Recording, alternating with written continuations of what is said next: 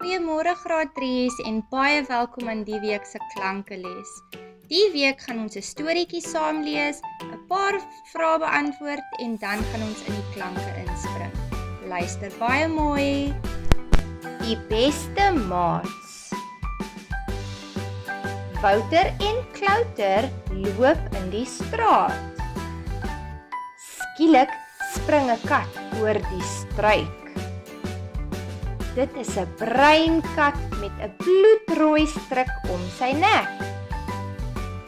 Die kat is vir hulle so mooi en daarom wil hulle die kat streel. Die kat loop saam met hulle om by die stroom water te drink. Die seuns eet 'n toebroodjie met stroop langs die stroom.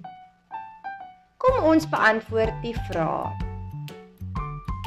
Waar stap die seuns?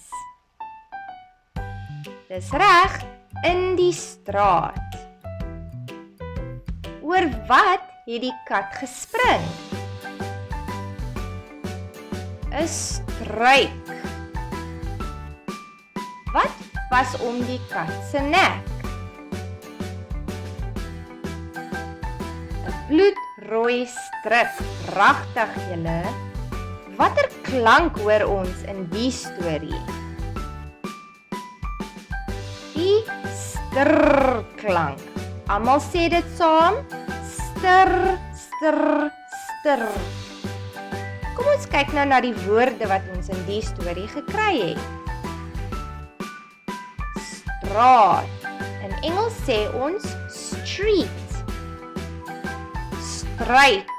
In Engels sê ons bush of shrub. Stryk.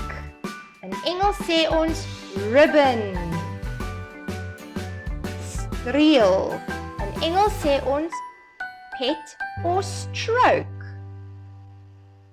Stroom. In Engels sê ons stream. Stroop. In Engels sê ons syrup. Kom ons breek nou hierdie woorde op. Straat. Straat. Straat. Struik. Struik. Struik. Stryk. Stryk. Stryk. Streel. Streel. Streel. Stroom. Stroom. Stroom.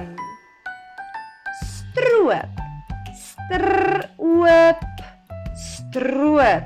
Pragtig julle.